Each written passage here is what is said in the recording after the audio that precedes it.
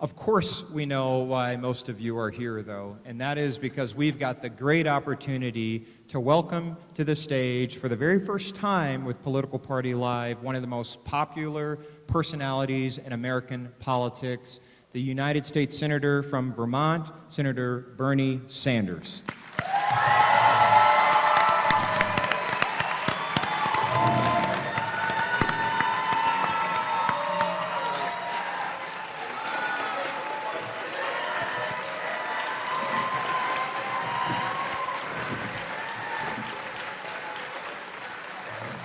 This is a Bernie crowd. What's up? This is a Bernie crowd. This is a Bernie crowd, indeed. Senator Sanders, thank you so much for joining us. I'm going to kick us off and ask the question here.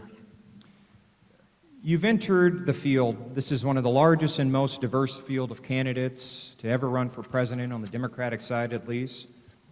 So what sets you apart from the rest of the field? Or asked another way, why do you believe you are best suited to defeat Donald Trump? Why don't you get to the point? I'll tell you why I believe that I am best suited to defeat Donald Trump. In order to defeat Trump, and I know all of the polls out there say Trump is going to be beaten, and they have me ahead of him in Michigan and in Pennsylvania and in Wisconsin, battleground states. But let me tell you, I think Donald Trump is going to be a very tough opponent because I think he's a pathological liar. I think he will say anything, he will do anything. So this is not going to be an easy campaign, and I hope everybody understands this. I think there are a couple of reasons why I think I'm the strongest candidate. In order to beat Trump, we are going to need a campaign of enthusiasm, of excitement, and a campaign which brings out an enormously large voter turnout, okay? And I think our campaign is the kind of campaign that does that. We are a campaign that speaks to the needs of working people, and we are a campaign that I think can energize young people. And let me be very honest. The future of America rests with our younger generation. Okay? And the good news is that the younger generation today is the most progressive young generation in the history of our country. It is a generation that is anti-racist, anti-sexist, anti-homophobia, anti-religious bigotry, anti-xenophobia, all the things that Trump espouses. That's the good news. The bad news is that historically, young people in this country vote in very, very low numbers. If young people voted at the same type of level as older people voted, we could transform this country. So we made progress. We made progress in 2018, you may recall, that the voter turnout among young people was the highest it has been, I believe, in something like 70 years. Really quite good, but not good enough. So what this campaign is about, right now in the primary, and if I am the nominee of the Democratic Party, it will be to do everything I can to bring young people into the political process. And that is terribly important if we're going to defeat Trump. And second of all, there were many parts of this country where I won big in the Democratic primary, and then Trump ended up winning as well. And I think we can speak to some of Trump's supporters who now understand that he lied to them and that he is a fraud. There are a lot of people out there who listen to Trump because they are hurting. You remember Trump said, I'm going to provide health care to everybody, right? Well, that's pretty good. And I'm going to have a trade policy which is going to represent workers and farmers. Well, not quite the way it happened. And he's going to have a tax plan that is not going to help the wealthy. Remember that? Well, he lied on all of those things. But I don't lie. And I will speak to those working people, and I think we can win some of them over. That's the reason why I think I'm the strongest candidate.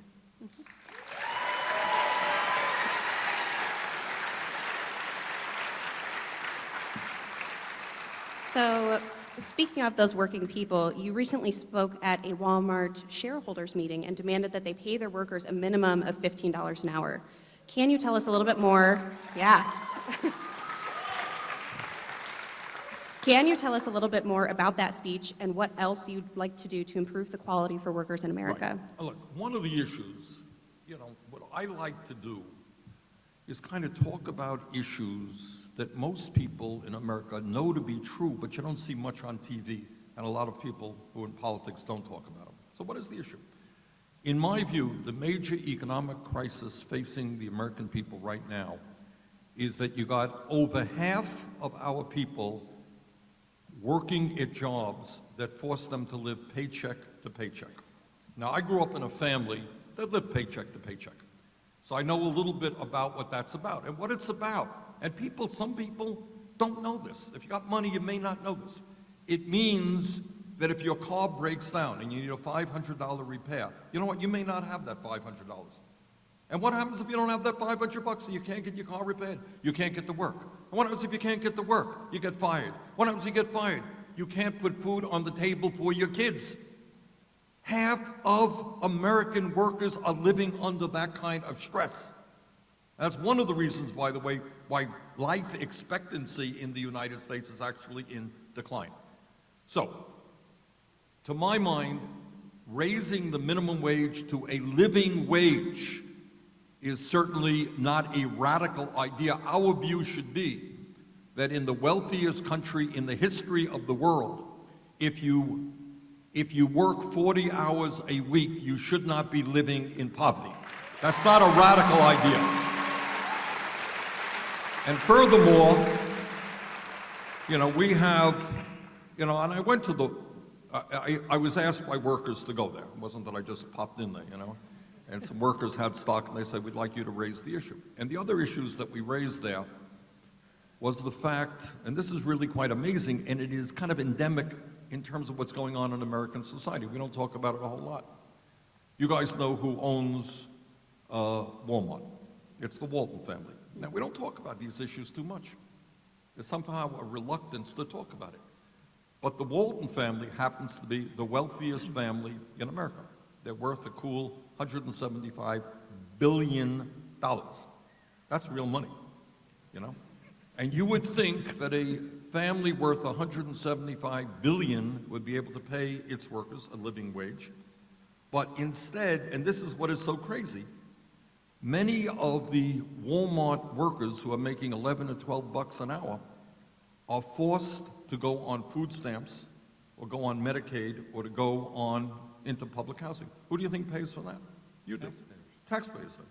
So you have the absurdity of ordinary working people subsidizing the wealthiest family in this country because they're paying their workers starvation wages. So that was my message to the board of directors of Walmart. And by the way, I'm not sure if it's tomorrow or on Sunday, but I'll be marching with the workers at McDonald's who are fighting.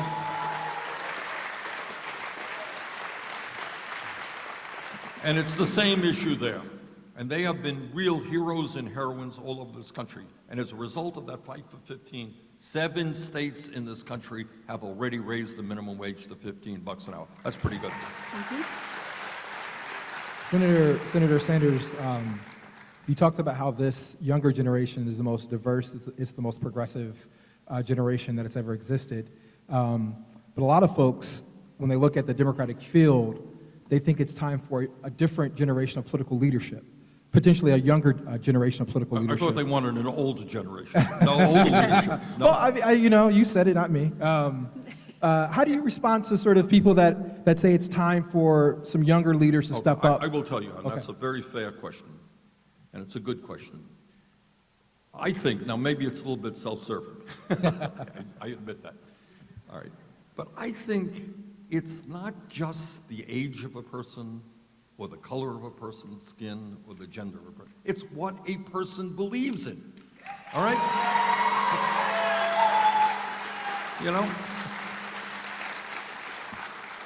There is I believe, a woman governor in Alabama, right? Mm-hmm. Woman governor. She has signed the most restrictive, horrific, anti-choice legislation in the history of this country. Are we proud that she's a woman? I don't think so. So what we want, of course, is our government and the business community to reflect the realities and the demographics of American life, all right? We want half of the people or more who are elected to office to be women. We want African American representation, Latino representation, Native American, Asian American. That's what we want. That's what we're striving for. But it is not good enough. It is not good enough. Now, I know I get into trouble when I say this, and probably there are people tweeting out right now, but it is not good enough. What is important is what you believe in, what kind of society you're fighting for. And I think, if you look at my age, fine. Also look at my experience. I was a mayor. I was a member of Congress. I was 13th year in the United States Senate. Look at a record, which is one of the most progressive records in Congress, a record. And look at somebody who kind of opened up a debate that didn't previously exist. We weren't talking about Medicare for all 5 years ago. We weren't talking about raising that minimum wage to $15 an hour, making public colleges and universities tuition free. So many of the ideas that I brought forth, the American people in Iowa, people in New Hampshire, people all over the country were saying, you know what? Hey, those ideas are right. And now they have kind of become the ideas that Democrats from, school board to President of the United States are talking about. So all I ask of people is take a look at the whole person, at the whole record. I think you'll find something pretty good here. This is a lively crowd. That's a beautiful segue into my next question. And it seems like presidential candidates are finally starting to have the conversations about issues progressives have cared about for a long time.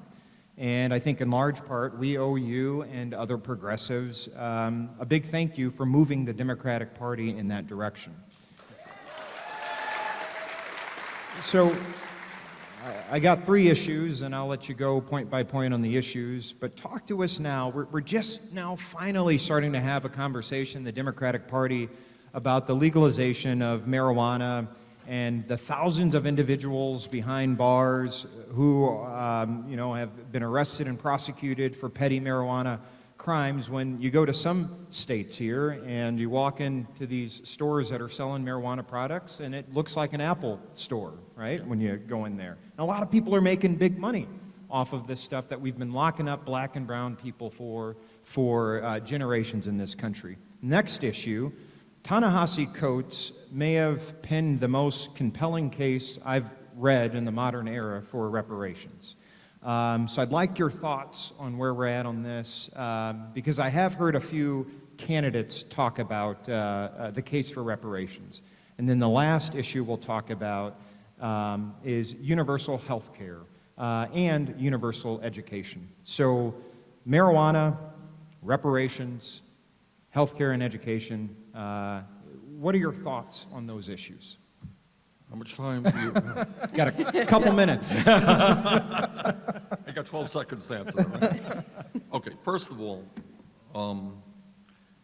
I'm proud that 4 years ago, when I talked about the need to bring fundamental reform to a very broken criminal justice system, that we said if we are going to do that, we need to end the so-called war on drugs.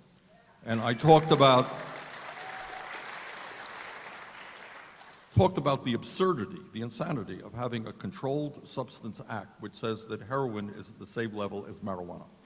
And that if we are going to really deal with criminal justice, we have to end the so-called war on drugs.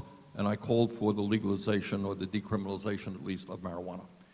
And I'm happy to say that in my state, in states all over the country, we are seeing not only real progress in that direction, but we are also seeing some communities now expunging the records of people who are arrested for possession of marijuana, which I think is a major step forward.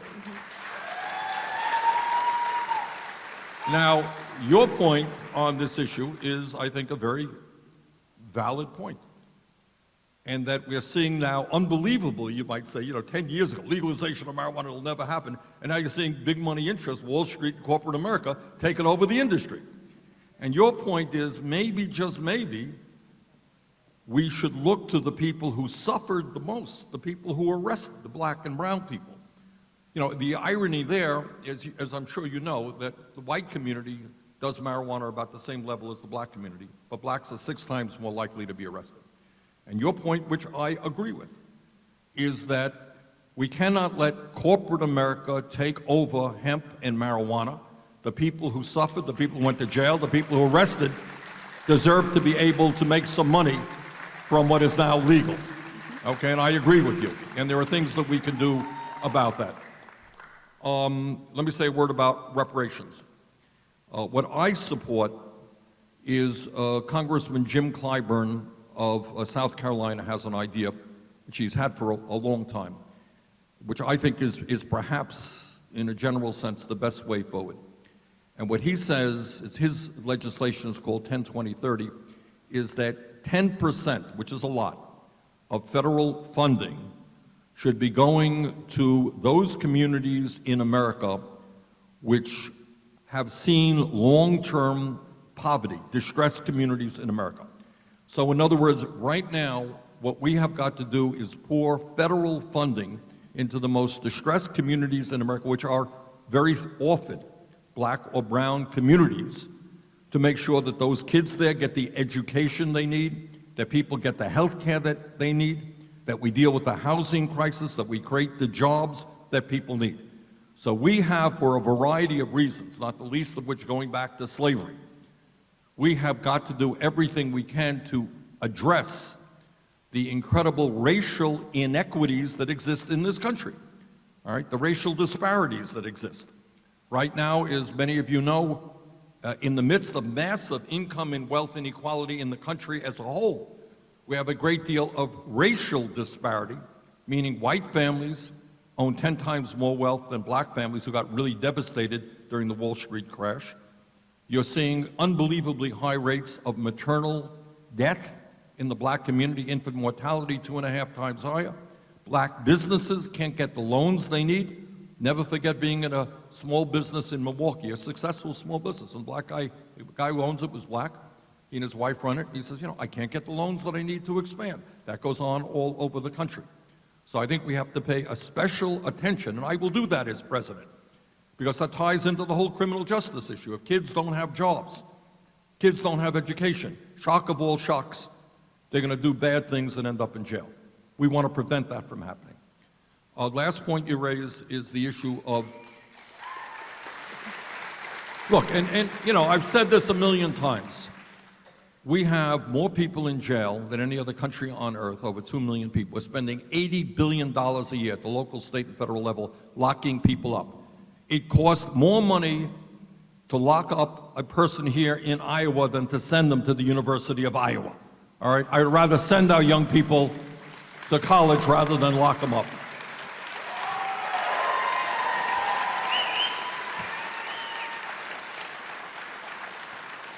So on that issue, I am working with people all over this country, people like Sean King and others, for real criminal justice reform where we invest in our young people rather than in more jails and incarceration. And as president, I will significantly reduce the number of people who are in jail today. We're going to end mass incarceration. Last issue, which is an issue that impacts every man, woman, and child in this country. And it is an issue about health care, and it raises a couple of basic points. Do we believe that health care is a human right, or do we not? I believe that health care is a human right, and that the United States should join every other major country on earth and guarantee health care to all people as a right. Many Americans don't know that. Many Americans don't know that we are the only major country not to guarantee health care to all people. Okay, I live 50 miles away from Canada. Do you know how much it costs if you have a heart transplant in Canada? Do you know what your bill is when you leave the hospital? Anyone know? I don't know. Zero. Zero. You go to any doctor you want to. You don't have to take out your wallet, except if you park in a parking lot there, which I guess is expensive. But, all right, that is a human healthcare system. That's a civilized healthcare system. All right? So I am proud that I have introduced the major Medicare for All legislation in the Senate. I think we have 15, 16 co-sponsors. Poll after poll shows a majority of Americans support Medicare for all. And when we talk about the current dysfunctional healthcare system, I want everybody to know. People say, how can you afford healthcare for all? How can you afford Medicare for all? How many Americans know that we are spending twice as much per person on healthcare as do the people of any other country? Twice as much, about $11,000 a person right now. Canada, it's about half of that. Why is that? And the answer is obvious. What is the function of the current healthcare system? There you go. It is to make enormous profits for the insurance industry and for the pharmaceutical industry. And in terms of the drug companies, who are probably the most greedy entities in this country right now, they are charging us by far the highest prices in the world for prescription drugs. Last year, get this, top 10 drug companies made $69 billion in profit.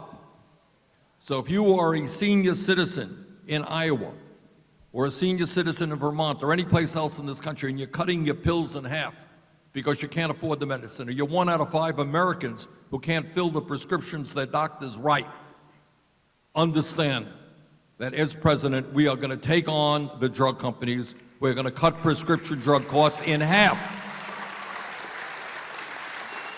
All right. Now, you just got me going on that issue, but you probably have 1 or 2 other questions. Got a few. Lauren, you got one Lauren? for the Well, I do have one that's kind of related, not to be a bummer, but I think there are some Democrats and Republicans alike that are concerned about how you might get budget passed for a lot of these basic ideas and investing in the American people. How do you get that budget passed with a Republican-controlled Senate? Good. Okay, that's a great question. Look, I am a different type of candidate. My history in politics is different than many other people. In fact, everybody else, to be honest. All right. And this is what I believe. And this is what I believe. And it's kind of a radical idea, but this is what I believe. I believe, and I've always believed, that real change never comes from the top on down. It doesn't come from the Senate or the House or a President of the United States. Real change always comes from the bottom on up. It comes when millions of people stand up and look around them and say that the status quo is unacceptable. We are going to change it. That is the history of the labor movement. It is the history of the civil rights movement. It is the history of the women's movement. It is the history of the gay movement. It is the history of the environmental movement and many other movements. It's when millions of people finally say, you know what, this is unacceptable. Women will have the right to vote. African Americans will have the right to vote and not exist in a segregated society. Gay people will be able to marry whoever they want, regardless of their gender. All right? When people begin to stand up and fight for those human rights, change takes place. So to answer your question, as a president, I would do things a little bit differently than other presidents. And it's not just the agenda that I would be fighting for. It is that I would be going to the American people, coming back here to Iowa, and saying to the people of Iowa, we have got to raise the minimum wage to a living wage. You want to do it, and I hope this is not the case. I hope we can change who's in the Senate. But you may have senators who are not prepared to vote for that. I need your help to raise the minimum wage. I need your help to guarantee health care to all people. I need your help to take on the fossil fuel industry so we can transform our energy system and combat climate change. In other words,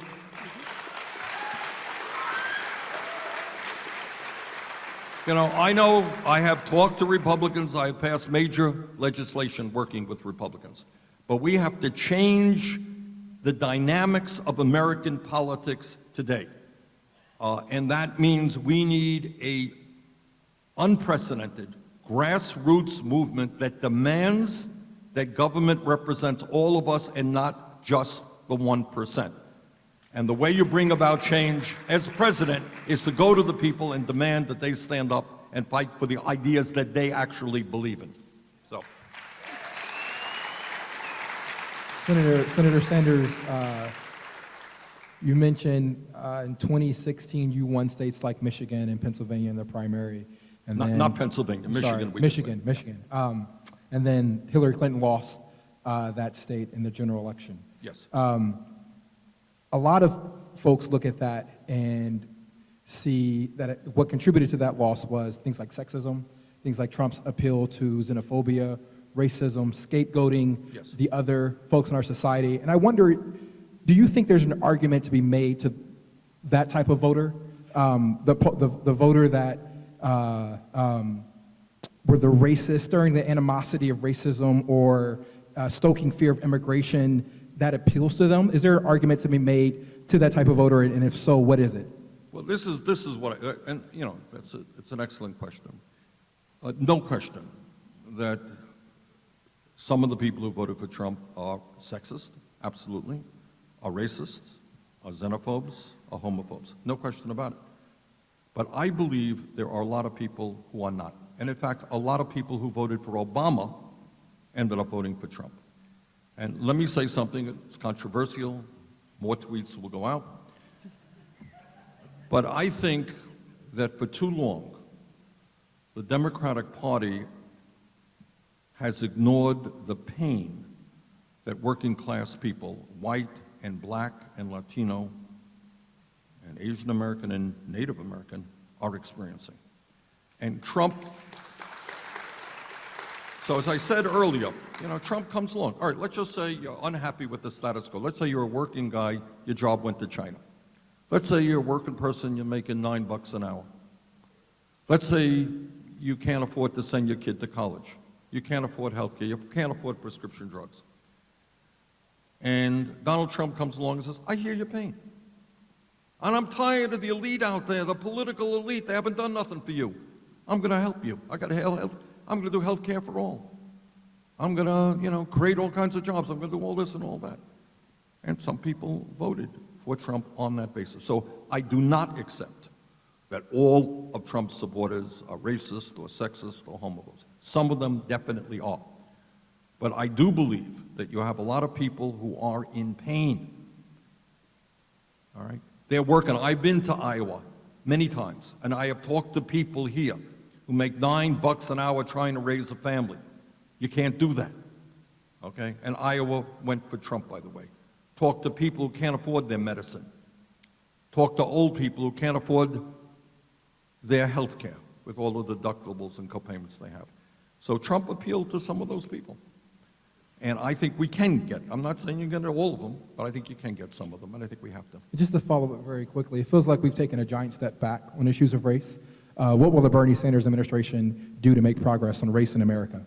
I didn't quite hear the... I'm sorry. It feels like we've taken a giant step back on Oh, issues of absolutely. race. Look, What are you going to do to move the issue forward? Absolutely. I mean, let's be clear. You know, I've said this a million times, and it's really hard for me, you know, to believe that I have to say this. You got a president of the United States who's a racist. All right, that's all. No way that you can push that under the rug. This man is a racist. He was the leader, as you know, of one of the leaders of the so-called birther movement, a disgusting movement trying to delegitimize. It wasn't that he opposed Obama, that's one thing. He was trying to delegitimize the first African-American president we ever had. And that is just a grotesque thing to do. So you got a president who is a racist. And let's be clear, Trump is not smart enough. He's not stupid, but he's not smart enough to have come up with this whole political theory himself. It's been around for years. What's the theory? Southern strategy. It's a Southern strategy. It's a theory that you blame minorities who don't have a lot of political power on all of the problems. You're not earning enough money, it's his fault. All right, you don't have any health care, it's the immigrant's fault. You're not getting it, you know, moving up the ladder, it's her fault, she's a woman, you know, et cetera, et cetera. I mean, nothing new. That's what demagogues always do. To answer your question, absolutely. What Trump's political strategy is to divide us up based on the color of our skin, based on where we were born, if we're an immigrant, based on our religion, if we are a Muslim, based on our sexual orientation, and even based on our gender. That is what he thinks will win him re-election. And I got to tell you, Our campaign is doing exactly the opposite. We are bringing people together around a progressive agenda.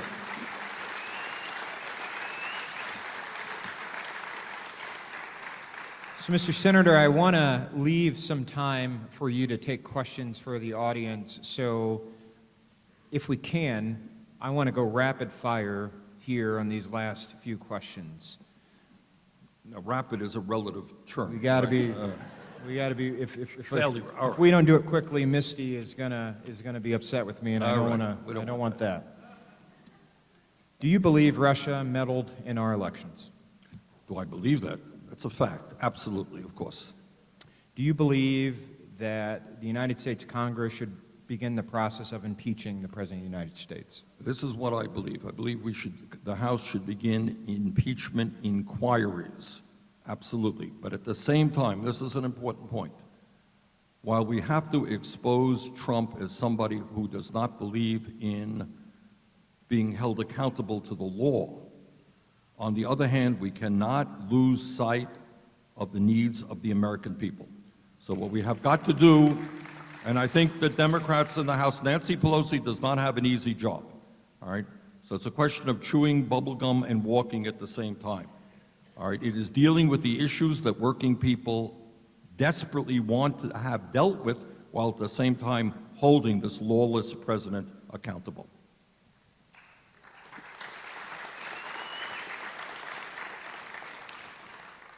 Larry David does a good impersonation of you.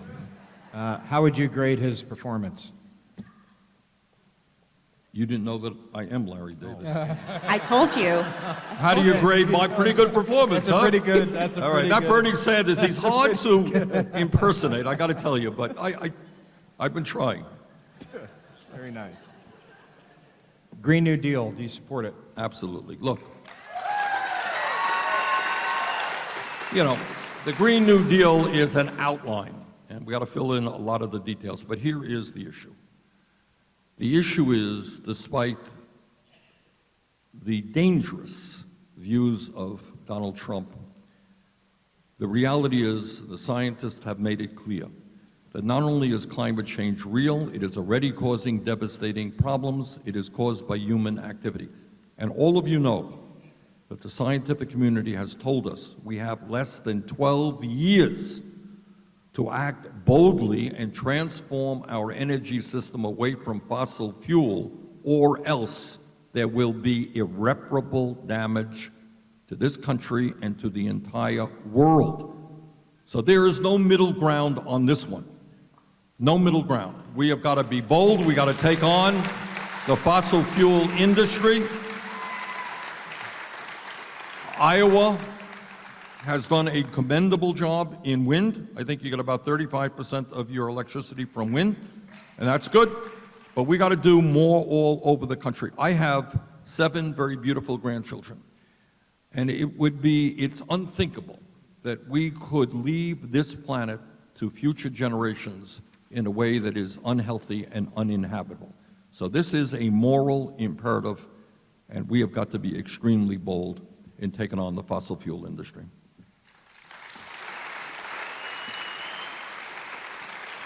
So there's been a surge of states passing laws that really severely restrict women's reproductive rights. Particularly our next door neighbor, Missouri, just passed a particularly egregious one. What will you do to protect reproductive autonomy for women?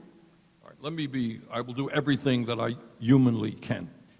This to me is a fundamental right. It is incomprehensible that you have politicians who think they have the right to tell a woman what she can do with her own body. That is an outrage. And I will do everything that I can, from federal legislation to making it very clear. I was asked recently whether I have a litmus test for Supreme Court nominees. I do. I will never nominate anyone who is not 100% in favor of Roe v. Wade. And as we engage in this struggle in Alabama, Georgia, Missouri, and other states, I want the men to understand this is not just a woman's issue. This is an issue that impacts all of us, and now is the time for men to stand with women in this important struggle.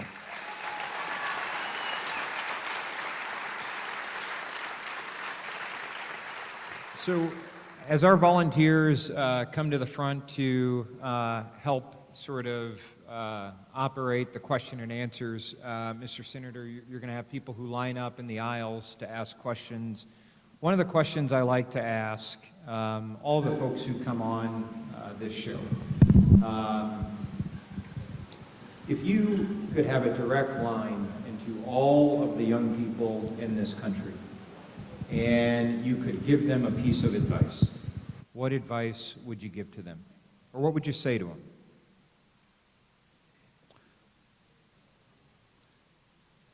What I would say to them is that you are far more powerful than the establishment allows you to think you are.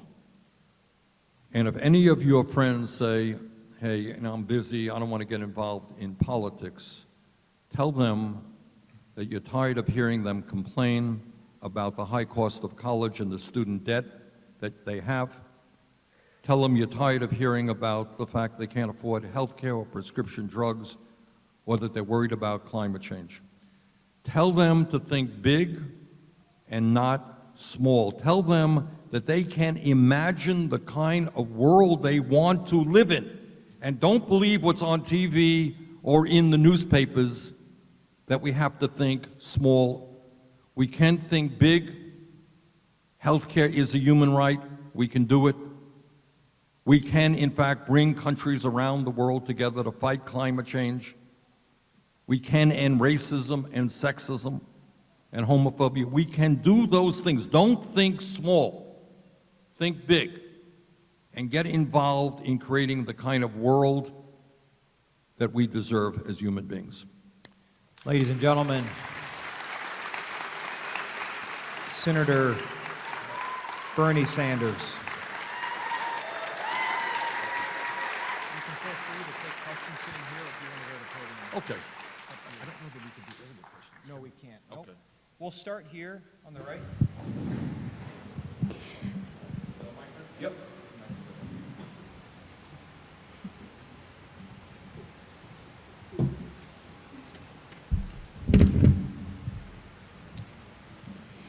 Hi, I'm Meredith, and I'm an ACLU Rights for All voter. Thank you for already talking about women's reproductive rights. I have a follow-up question. The Hyde Amendment blocks access to abortion for low-income women and trans folks who can't pay out of pocket. Will you commit to abolishing the Hyde Amendment so that everyone who needs an abortion can access one? Yes. I mean, not only will I, that's how I voted my entire life. And your point is well taken. If we believe that a woman has the right to control her own body, that means all women, including women who are low income. Yes, Senator Sanders. My name is Adam, and I have a question for you regarding mental health. I lost my best friend to suicide by firearm 5 years ago. He battled schizophrenia, was an up-and-coming political activist, fell through the cracks. So what is your thoughts on mental health, and what do you want to do going forward on that? Thank you very much for raising that issue. We have a terrible mental health crisis in this country. It is terrible. And nobody believes that we now have the capability of addressing it. And I will tell you a story that took place in my office, but I think probably every senator has gotten the same call. And that is, a woman calls up and says to my staff, she says, I am terribly worried about what my brother will do to himself or to somebody else, but we cannot find the counseling that we need. When I talk about a Medicare for All single-payer program, we are talking about making mental health counseling and care available to all people who need it without any out-of-pocket expense.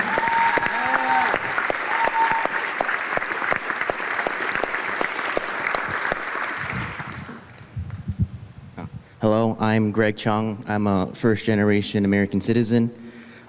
With Trump's trade war and Warren's newly proposed economic patriotism becoming mainstream, do you support a comprehensive trade policy that doesn't pit American and foreign workers to a race to the bottom, where most of the profits go to corporations, but instead protects and empowers labor as a whole, regardless if they're American or Mexican or Chinese?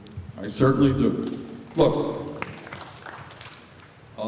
I helped lead the effort against NAFTA. I helped lead the effort against permanent normal trade relations with China. But your point is well taken. We need a trade policy not based on tomorrow's tweets, but it has to be comprehensive and has to be working closely with other countries. And it should not be a race to the bottom, all right? We should not allow corporations in this country to throw American workers out on the street and move to low-wage countries. At the same time, we've got to do everything we can to protect the low-income workers of developing countries as well. And when we talk about trade, we've got to talk about environmental protection, we've got to talk about labor protection. So to answer your question, I agree with your analysis. We need comprehensive trade legislation that protects not just the CEOs of these large corporations who historically have written the trade bills, but protect workers in all countries around the world. Thank you for that question.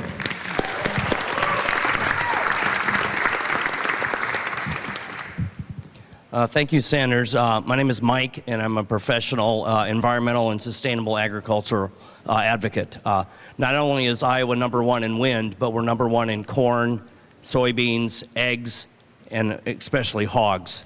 But our farmers have lost money for the last 5 years, and we're moving into a farm crisis that is just as bad as the 80s. Yet we use industrial agriculture that's destroying our water and our soil.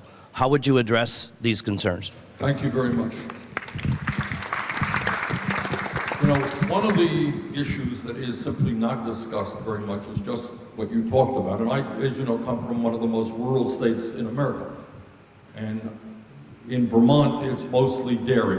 And our dairy farms are getting just destroyed. The prices that they're getting now are below the cost of production. And it breaks my heart, but we're losing farmers every week. So the first thing we have to do is recognize that rural America is in crisis, that young people are leaving, that farmers are going out of business. Second thing we have to make sure when we talk about agriculture is that farmers get a fair price for their product. And they ain't gonna get a fair price when in commodity after commodity you have a handful of huge companies who are buying that product. Farmers don't really have the competition that they should have out there as to where they should sell their product. I will appoint an attorney general who knows something about monopolies and is prepared to break up those large monopolies. And you're right, factory farming, man, it is an environmental disaster. I know that. And by the way, you know, it is also, I have seen the pictures, I'm sure you are more familiar than I am, about how those animals are treated. I mean, pigs are locked up, they can't, you know, it's really, as human beings, we have to treat other living things with at least a minimal amount of respect, and that is not the case right now in factory farming. Hi, Bernie. I'm Sam, and my question is about the watching the DNC cheat you out of the nomination, and then seeing you extend the olive branch for party unity's sake and endorse a candidate. It's a hard pill to swallow, and I'm having a difficult time hearing. I'm sorry. My name's Sam. Seeing the DNC cheat you out of the party nomination, and then having you extend the olive branch and be the bigger person was honestly kind of a hard pill to swallow. So my question is, why don't you think you can win off ballot? Because I'm pretty sure I can spell your name. Is the question that I should run not as a Democrat? Was that your? If that again, and you get cheated out of the nomination, I would hate to see you endorse Joe Biden. Okay. All right.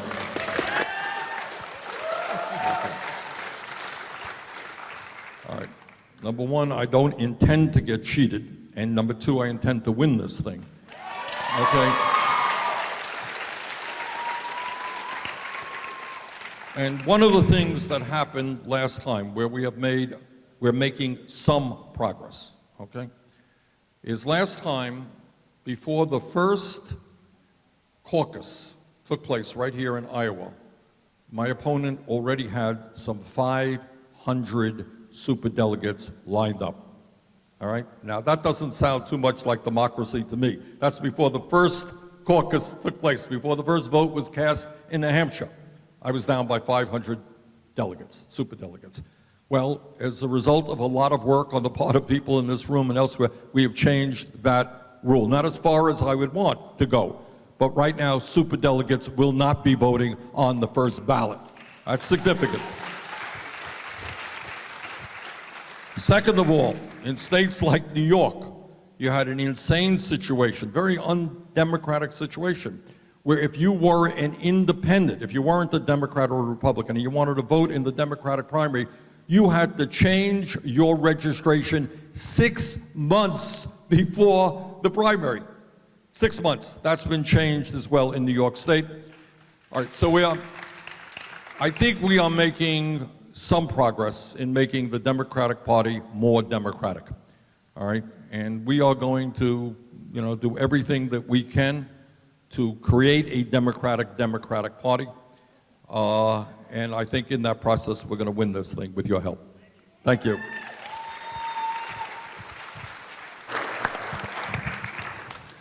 Senator Sanders, thanks for being here. So I want to ask a question that gets sort of at your leadership style. Obviously, the presidency is an executive job. Can you tell me about a situation where you got angry at or disagreed with a subordinate of yours and how you handled it? And also, which Avenger is your favorite? Which one? Avenger is your favorite? No comments on Avenger. Look, I was a mayor for 8 years, so that's my executive experience. And I ran a city, I can't remember, I think the budget was a few $100 million. And we had a lot of employees. And my style of leadership is the following, is that I believe that anybody who has a good idea should get that idea up the totem pole, okay? And throw it out. And I tell very often, I tell my staff, look, if you got 10 ideas and 9 of them are not good ideas, that's great, but bring them up, all right?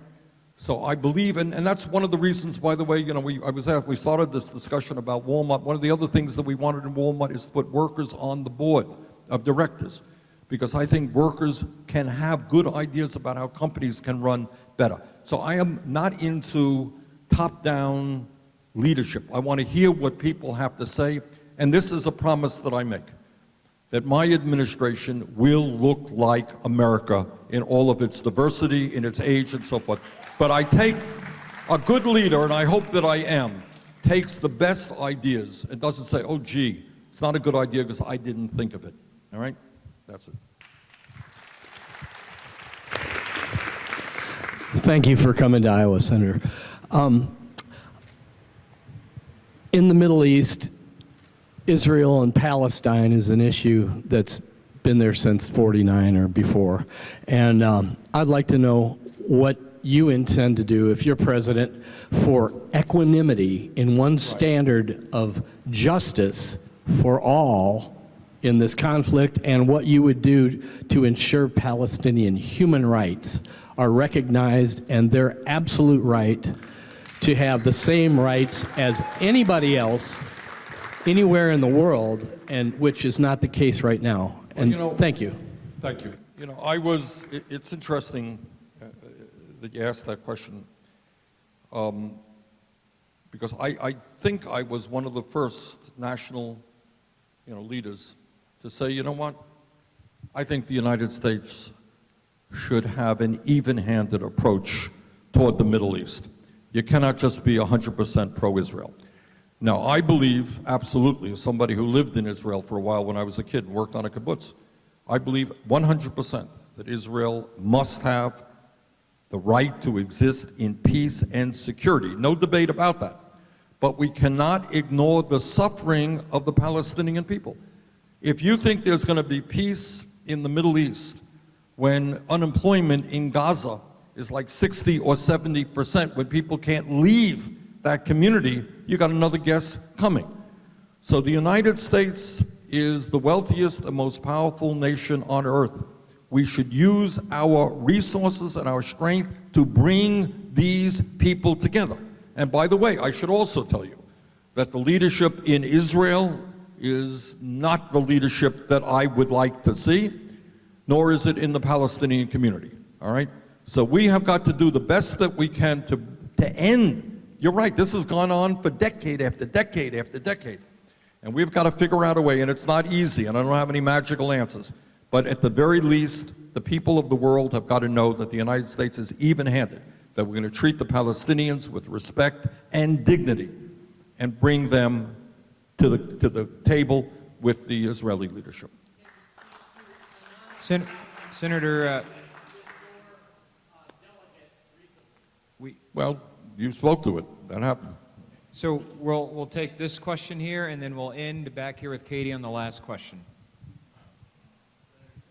Senator Sanders, sorry. Patrick Kaufman, Cedar Rapids, born and raised. My question is about the living minimum wage. How do you expect to approach a $15 minimum living wage, which is more than double the federal minimum right now, without people losing their jobs? I mean, Walmart has self-checkout. McDonald's, as you mentioned, already has kiosks. How do you approach that without the lowest communities losing their jobs? I think there have been a number of studies. I mean, people disagree on the issue, but there have been a number of studies which suggest that that does not take place. That the other side of the coin is that if somebody is now making $10 an hour, and over a period of years, it doesn't happen overnight, it's going to be a gradual increase, that person makes $15 an hour, that person now has more spending money to go out to a restaurant or to buy products that he or she could not. And that, in fact, creates more jobs. So here's what I think. This is the bottom line. The bottom line is that in the richest country in the history of the world, people should not have to spend 50% of their income on housing. People should be able to afford to buy the food. People should be able to go on a vacation now and then. And $15 an hour, as you know, is just not a lot of money. I mean, but you got to have that. So, we're not saying that if it's $15 an hour tomorrow. We're saying it's a period over 4 or 5 years. But at the end of the day, as I said earlier, if you work full-time in America, you should have at least a minimum level of security. So that's my answer. Okay. Thank you, Senator. My name is Laura Bell, and I would like to ask a question about the Mueller report. About what? The Mueller report. What percentage of that report have you personally read, and are you looking to read more of it? And if you had to cite one thing out of there that provides you the greatest level of concern, what is that? Well, as you know, Mueller left in doubt the issue of obstruction of justice. He did not say that the president did not obstruct justice. He was not, he thought that's something that Congress should take a look at it. That would be the major concern. And I hope very much that the Congress will do that. And that's what the Judiciary Committee, I hope and expect, will do. And as I've also indicated to you, I think the House should begin impeachment inquiries right now. Thank you.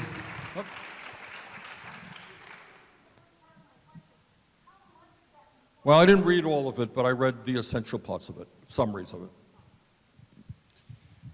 Ladies and gentlemen, thank you so much for joining us. Senator Sanders, thank you so much for making time. I know how crazy busy you are. We really appreciate you coming on this show. Well, let me just say this. As I understand that one of your goals here is to get young people involved in the political process. Absolutely. Well, then I congratulate you because you're doing some of the most important work that can be done. Thank you. Thank you. Thank you.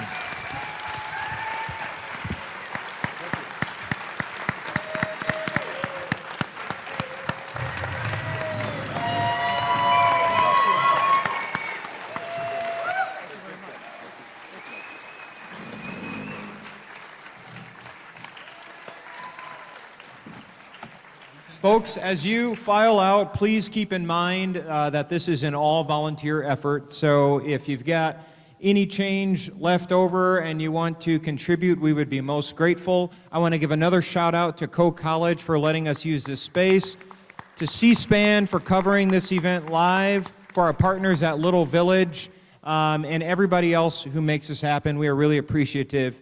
Thank you so much, and hopefully we'll see many of you tomorrow night in Iowa City for our interview with Senator Cory Booker. Thank you so much. Have a good evening.